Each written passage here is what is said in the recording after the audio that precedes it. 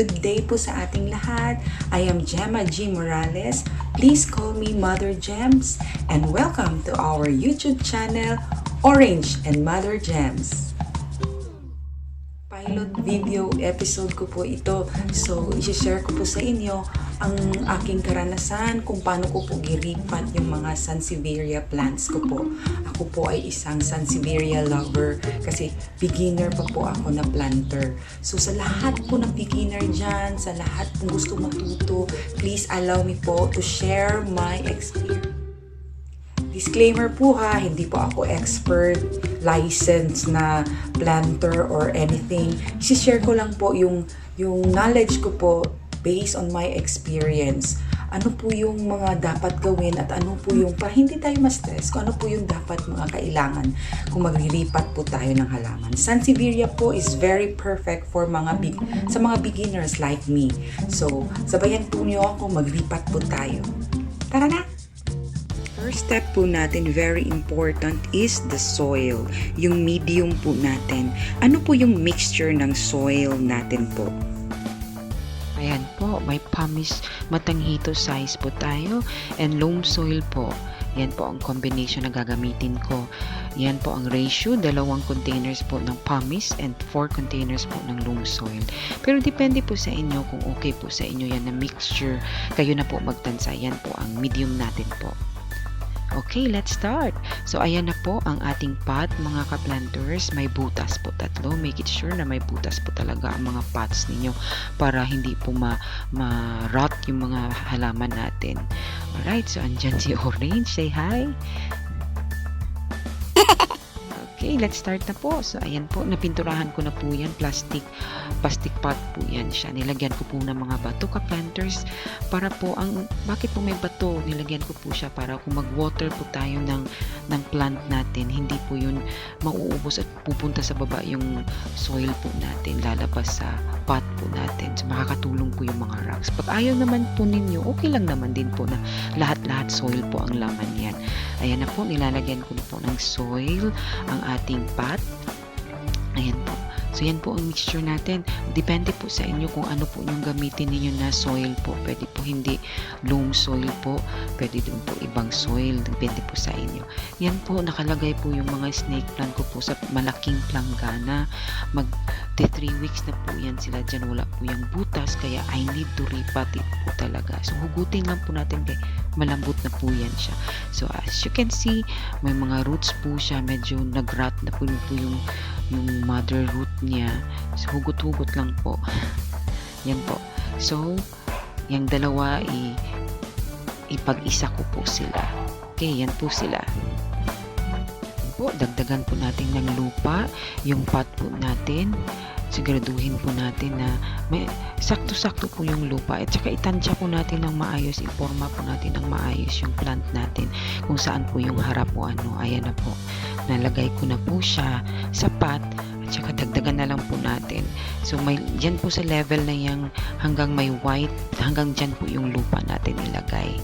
So ayan po, tak-tak po tayo para maging compress po yun sa ilalim yung soil po natin. So yan, ngayon po lalagyan ko po muna siya ng matanghito size na pumice po kasi wala po ako yung malalaki. So bibili pa po ako. So wala pong available dito sa Davao. Ano po siya masyado mahirap po siya hanapin. So yung matanghito pa lang po muna ang ipa-deliver ko. So ayan na po. Tapos na po. Ang nakita po ninyo may mga brown po siya. Meaning po niyan is na overwater po yung tanim natin. Ito po yung susunod natin na iriripat. Ito po yung Sansevieria na Silver Queen ata po.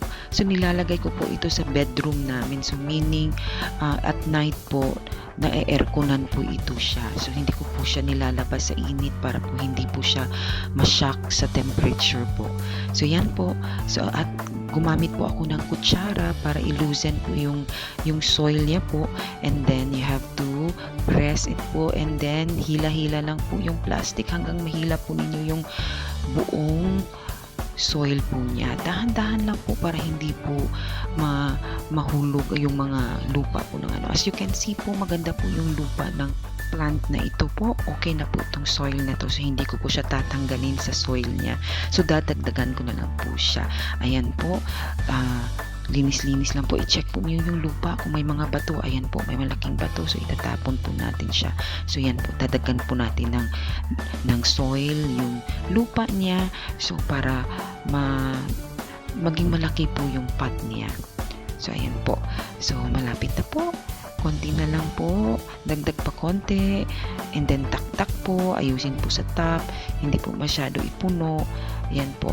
So, hindi ko po siya nalagyan ng dressing or pump toppings niya sa taas po kasi wala pa po akong pumice na medyo malaki po. Ayan, tapos na po. Nilagyan ko po, ipapatong ko po siya sa 15-year-old na plato ko po. Ayan. Tapos na po ang ating second plant na Silver Queen Sansevieria po. Next po natin, ito po, nilagyan ko pa na naman po ng bato yung ating pot. Lagay po ng lupa. Again po, pwede po walang bato. Kayo na po bahala dyan. Kung gusto nyo lupa na po lahat, so okay lang po. Basta yung bato po nakakatulong po yun to stop the soil going out from your pot po, mga ka-planters. Next plant is yung nasa planggana pa rin po. Ito po siya na Sansevieria snake plant. Maganda po siya na klase. Tingnan nyo po, ang dami pong ugat. So, okay na po ito siya. Pero po, sadly, may part po sa ugat niya na nag-rot na po dahil po wala pong butas yung pinaglagyan ko na planggana. So, I cut it out and then check kung tama na po yun. Itaktak po yung mga lupa, linisan po siya, and then tignan po kung may konting rot pa po. So, kinakat ko po again. And then, yan na po. So, hindi ko po ito siya diniligan, mga ka-planters, kasi as you can see, may fresh wound po siya. So, para hindi po siya mag-rot sa baba, sa soil niya. So, hindi po muna natin siya i-water ng 5 days. So, ayan na po. Nilagay ko na po siya. Pinesto ko na po siya sa soil. Tinabunan ko na po siya ng soil para mapesto po ng maayos. Ito po na Sansevieria. Maganda po ito siya na Sansevieria. Ito po yung first time na Sansevieria ko na ganito po. Nag-iisa po ito siya. Yan, uubusin po natin yung soil ko sa kanya kasi tipid-tipid po ng soil kasi medyo mahal po yung soil at saka yung pumice po. Ayan, ayusin lang po natin. Ikalat lang po sa taas. And then, i-press konti. Tak-tak po. Ayan, ay maarte po talaga sa pot. Ayan po, iubos po natin yung soil kasi sayang di po every butil may presyo po yan. May ano po yan. Okay, we're done. Yan, nilagyan ko po siya ng matanghito size na pumice po again. Ang purpose po niyan, hindi po kaartihan, mga ka-planters. Ang sa akin po, para pag diniligan ko po siya, hindi po yung nadidisturb po yung lupa niya sa taas. So, it will help po to prevent doing that. Yung lupa po masisira po sa taas. So, yan po ang second plant natin. Mga ka-planters, tapos na po tayo sa first set natin. So, ayan po yung tatlo. Yan po siya na Sansevieria, parang honey na variety po yan siya. Yung sa gitna po, para po siyang moonshine or silver queen po siya na variety. And yung third naman po, para po siyang Siam silver or silver Laurenti. Correct niyo po ako kung tama. Yan po, ipakita ko rin po sa inyo kung ano po yung ginawa ko po sa matanghito pumice po. Dapat po panlawan po ninyo muna siya ng water. Ito na po tayo sa second set natin na plant, mga ka-planters. Ito po yung Sansevieria Laurenti po. Ayan po, nakita po niyo may mga brown po na parts. Ayan po, may mga nakat na po na parts. Ayan po. And then, yan po, mga signs po yan na na-underwater or na-overwater po yung plant. Kawawa po to siya na plant, mga ka-planters. So, ito naman pong isa. Maraming salamat sa aking mare na si Janice. Ang ganda-ganda po nito na Laurenti snake plant. Ang taas-taas po niya. Naka-curve na po siya. Tingnan po ninyo, mga ka-planters. So, yan po. Ipag-iisa ko po silang dalawa. Ilalagay ko po dito sa magandang pot ko ang dalawang to. So, iloosen lang po natin yung soil using spoon. Yung mga gamit ko po sa kusina, ginagamit ko na rin po dito. So, make it sure hindi na po ibalik sa kusina, mga ka-planters. So, yan po. Loosen lang po natin, iloosen lang po natin yung soil, and then, ihatak-hatak, igalaw-galaw, and then dahan-dahan na pong hatakin. Ayan na po, palabas na po siya. Ayan po, ang laki po ng kanyang root.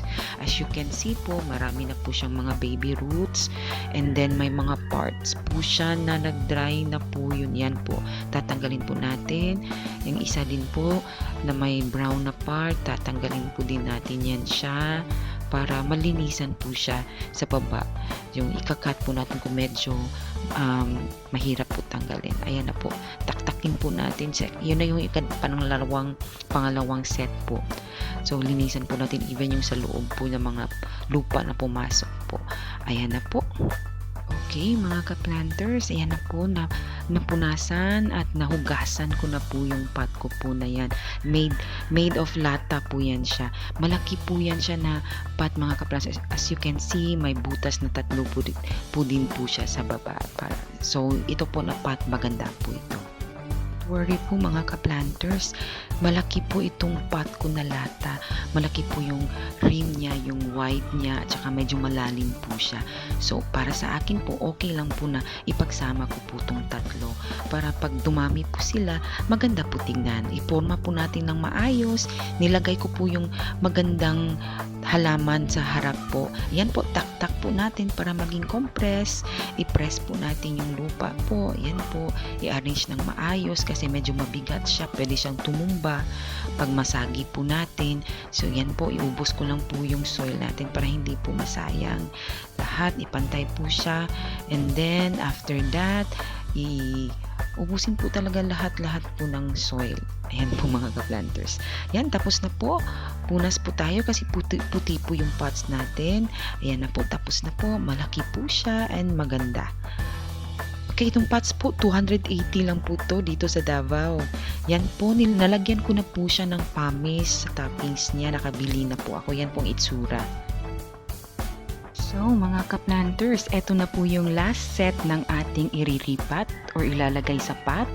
So, this one po is yung dwarf na Sansevieria. So, bumili po ako ng 10 pieces, mga ka-planters. So, this one po, pinili ko po sa online FB. Ito po yung loam soil ko. Dito po ako bumili. Gusto ko po itong loam soil nila kasi po maganda po yung content ng kanilang soil. So, nabili ko po ito dito sa Davao at 180. Doon po harap ng school namin sa SPED National High School. Okay, so yan po, 10 pieces po, 50 pesos lang po bili ko ang isa. So, 10 pieces is 500 pesos.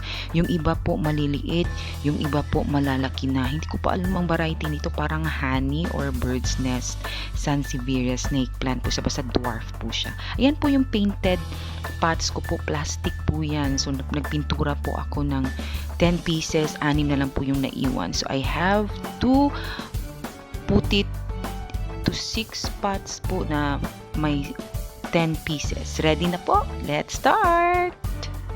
Ayan na po, nasa last set na po tayo ng ating ipapat na Sansevieria dwarf po, mga ka-planters. As you can see, the same pa rin po. May butas po 3.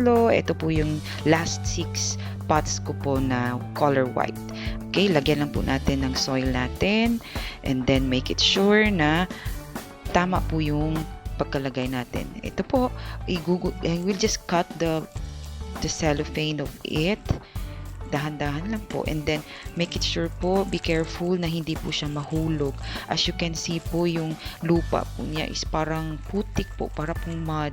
So, that's why I decided to get the plant from the soil. Hindi ko kagaya dati, yung isang plant na maganda po ang lupa na hindi ko na kinuha. This one, since medyo mabasa po yung lupa niya, so I have to remove it and put it to the new soil po. Ayan po, linisan po natin ng maayos. Tignan po natin yung plant kung ano po yung mga leaves niya. Tanggal-tanggal po tayo ng mga patay na leaves. Ayan po. And then, make it sure na wala pong mga lupa sa loob. Okay, taktak po. And then, ilagay na po natin sa pot. I'm using spoon po kasi medyo maliit siya. So, magbubungkal po kayo using the spoon. And then, put the plant on the soil. Yan po. Then, lagyan na po siya sa palibot po. Yan po. Okay? So, yan na po. So, ito po, medyo maliit po to siya na dwarf. So, I've decided na tabihan po pa po siya ng isang maliit since kulang po yung pot ko, 10 po yung plants, and then 6 lang po yung pots ko. So, ayan po, tak-tak po. And then, may isang space pa po sa isang plant na maliit. So, I've classified the plants according to their size po. Ilalagay ko po yung medyo malaki sa isang pot. Yung mga maliliit itatabi ko po yun. Ayan na po yung pangalawa na plant na itatabi ko. So, guntingin lang po yung plastic. Okay na po yan. Disposable po yan kasi. So, tanggalin lang po. And then, ayan po ang basa po. Para pong putik po talaga yung soil ng plant na ito. So, maganda, mataba din po yung soil pero wala siyang, for me, wala siyang pamis po. So, meaning, mahirapan po yung plant natin na mag-drain ng water. So, pwede po siya marat. So, pero, healthy po itong plant nito. May mga new roots po siya. O nakikita nyo yung mga puti-puti. Yan po, yung new roots niya. So, healthy po siya na plant. So, yan po, ginugunting ko po yung dead leaves sa loob para malinis po siya. As you can see, I'm using this plant scissor po talaga na para makakat po ng maayos. Ayan po. So, linisan po natin. Tingnan po natin, check po natin yung mga leaves kung okay po siya. Ayan na po. So, linisan po natin, kunin po natin yung mga putik-putik. Tingnan po natin kung okay na po at ready na po tayong itanim. Okay? So, ayan po. So, let's put it inside the pot. So, ayan. Itabi lang po siya. So, this one po, kukunin ko rin po ito sa pot na ito. Kung may pot na po ako, ililipat ko rin po. Isa-isa ko rin po ito siya. Or, I will buy the rectangular one, yung mahaba po. Para doon po sila, ililinya ko po sila. Doon ilagay po, itanim. So, maganda po siya kung nasa mahabang rectangular pot po siya. Alright, so ayan na po. So, diin-diin lang po, tak-tak, linis. Yan lang po, madali lang po talaga mga ka-planters. Kayang-kaya nyo po talaga mag-plant o mag-repot ng any tanim po. But this one, Sansevieria po, madali lang po talaga si alagaan, hindi po talaga sila maarte na halaman. Wag lang po talaga overwater tong halaman na to. So, as you can see, may nakita po ako sa loob. So, that's why kumuha po ako ng barbecue stick. Kukunin ko po siya para pong tutuli. So, kunin po natin kasi eventually po yung young leaf po niya tutubo po dyan sa loob. So, kung may mga naka-obstruct po na dapat wala po dyan sa loob, hindi natin tinanggal. So, maybe baka po makasira sa ating plant. So, we have to be mindful. Tignan po natin kung ano yung nasa loob. Even yung lupa po, tanggalin po natin. So, ayan na po. Matanggal ko na po yan siya. Mahirap po siya tanggalin. Medyo nasa loob na po talaga siya. Gusto ko lang po talaga tanggalin. Hindi naman po sa arte-arte lang po mga planters. But, let's make it sure na okay at para maging healthy po yung plants natin. Ayan po. Dugay kaayo natanggal. Ayan na po. There you go. Ayan po. Medyo bones po. Hindi ko pa alam. Parang bones ng chicken or what na pumunta dyan sa loob ng plant. Ayan po. Alright. Alright, ayan na po. One down na po tayo. Ang ganda po niya tingnan. So, next po tayo. Magpatpat po tayo ng isa. So, yun po tinabi. Last two na po ito.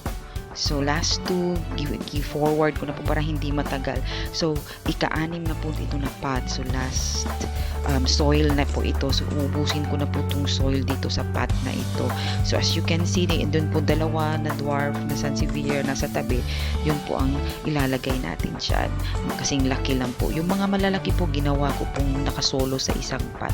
Maganda po masyado tignan. But eventually po mga planters, ililipat ko rin po ito kung maglaki na po, lalaki na po sila. So, ayan po, ubusin po natin yung soil kasi sayang din po kung itatabi lang o hindi natin gagamitin. So, yan po, tak-tak po para maging compress. Yan po, yung mga malalaking parts po ng soil natin, pwede po natin gawing himay-himayin para maging maliit. Yan, so let's cut it. kasi pwede na itapon yan po, o gusto nyo pong i-recycle, pwede po tanggalin lang po ninyo, hindi po ninyo i-gugunting. So dito po ako nag-work sa labas ng kusina namin, dito po sa labas ng bahay. So ayun po, ang lambot lang po. Kasi okay na po, accessible po dito, may gripo din po ako dito sa gilid, and sa baba may basurahan na po ako. So madali lang po talaga yung access ko. Ayan po, nakita po ninyo, nasa loob na po yung mga young roots niya. Maybe po yung analysis ko po is sa lupa po, hindi po sila makaspread sa baba kasi masyado po yung compact ang lupa. So hindi po loosen yung lupa, masyado siyang, para siyang putik, po siyang lapok. Parang ganyan po mga ka-planters. So yan po. So punasan po natin kasi putik po yung, may putik po yung loob ng plant. Kawawa po, ang dumis-dumis, bulingit, kaayos siya mga besh. So yan po, punasan po natin para at least po maging happy po yung mga leaves natin. May mga leaves po na parang mag-rot na po siya, pero hindi pa rin ko po siya tinanggal. Pinunasan ko lang din po. Baka ma-okay po siya paglagay natin sa magandang medium natin na soil. Ayan po. So tingnan po yung isa-isang leaves para ma-okay po siya. Punasan, tanggalin po yung mga lupa, pero make sure po na hindi po siya maduduro o matatanggal. Okay? So, next, ang gagawin natin, maunsa na siya. Ayan na po, baka may kausap lang po sandali yung sarili ko dyan. Okay, ayan na po. Kuha tayo ng kutsara, magbutas po tayo, tamang-tamang lalim lang po ng halaman natin po para hindi po masyado po siya madiin doon sa ilalim. Tamang lalim lang po, at hindi din masyadong mababaw na hindi siya maayos din po pagka-plant sa soil. So tama-tama yan, mapasok lang po natin lahat yung part na dyan. So lagyan po ng and then cover it up po yung hole na kinukay natin. Ayan po, ipesto po ng maayos, itansya lang po. Ayan po, i-press po natin, i-compress po para ma-okay po yung lupa sa ilalim. Yung isa, last na po ito. So itatabi po natin yan dyan. So yan, guntingin na naman po natin mga ka-planters, and then tanggalin po natin sa lupa, and then ilagay po doon. Ito na po mga ka-planters, ito na po yung last. As you can see po, kinukuha ko po yung dead leaf po ito, tinatanggal ko po. So dahan-dahan lang po na hindi masali po yung roots sa pagtanggal ninyo. So okay lang po yan, it won't hurt the plant po. Mas masisira po siya kung isali po ninyo siya at mag-rot po siya. So it would be better to get the leaf or yung dahon po na tingin po ninyo is hindi na po siya healthy, kukunin na lang po natin. Yan po yung pangalawa na kinuha ko po. Ito po na plant, very healthy po ito. Ang dami po niyang roots po. Ayun, pangatlo na po yun na dahon na tinanggal po natin mga ka-planters. So yan po, tanggalin po natin yung mga lupa dyan at saka yung mga ugat na pumasok po sa mga dahon. Yan po, punasan po natin ng maigi yung plants po natin na may mga putik na po siya. Yan, even sa loob po, dahan-dahan lang po. And then, ayan po. So, ito po, ito po siya ang pinakamaputik na plant po na nabili ko po sa 10 pieces po. So, ayan na mga ka-planters. This is the last pot na tagdalawa po yung nilagay ko. So, last na po, gi-forward ko na lang po yung mga ka-planters. Alam nyo na po ang process. Tak-tak, gamit po ng kutsara kung maliit po yung butas na kailangan ninyong gagawin. So, yan po. So, yan na po. Nilagyan ko na lang po ng mga lupa at gina-arrange ko na lang po yung lupa. Gina-press ko using the spoon and a little clean of our white pots. Yung white pots po, bakit po white pots? Hindi naman po sa gusto ko lang white pots. But aside from elegant po siya, nakakatulong po siya ng parang repellent po siya ng mosquito. Ayaw po kasi ng mga lamok sa white. Kaya, yan po ang gusto ko. Okay, ayan na po yung 6 pots natin na Sansevieria Honey Dwarf po. As you can see, ang gaganda po nila. So, ayan po yung pinakamalaki. Nilagay ko po sa isang pot. Yung medyo tama-tama lang laki, nilagay ko po sa isang pot. Dalawa po sila. Apat po yung pots na tag-dalawa po ang laman na medyo malaki at saka yung maliliit po kasi since 6 na lang po yung painted pots ko po kaya inisakto ko na lang po yung 10 pieces and eventually sinabi ko po ililipat ko rin po sila. Ayan na po, ang gaganda na po, nakaka-happy po mga ka-planters, diba? At ayan na po mga ka-planters, i-share ko lang po, pinasok ko na po yung giripat ko na Sansevieria po. As you can see, ayan po yung with gold na Laurenti. Ayan po yung silver, Cyan silver. Ayan po yung malaking honey. And yung moonshine or silver, hindi ko po masyado kilala ito. At saka ito po yung dwarf. Yung iba po nilagay ko na po sa labas. As you can see, ayan po, ang ganda-ganda na po nila. Nakaka-happy po. Yan na po mga ka-planters. Thank you for watching! Thank you for watching my videos, mga ka-planters, plantitas, plantitos. Maraming salamat po. So please watch po another video of mine. And please do not forget to subscribe and like this video po. And maraming salamat po. Bye!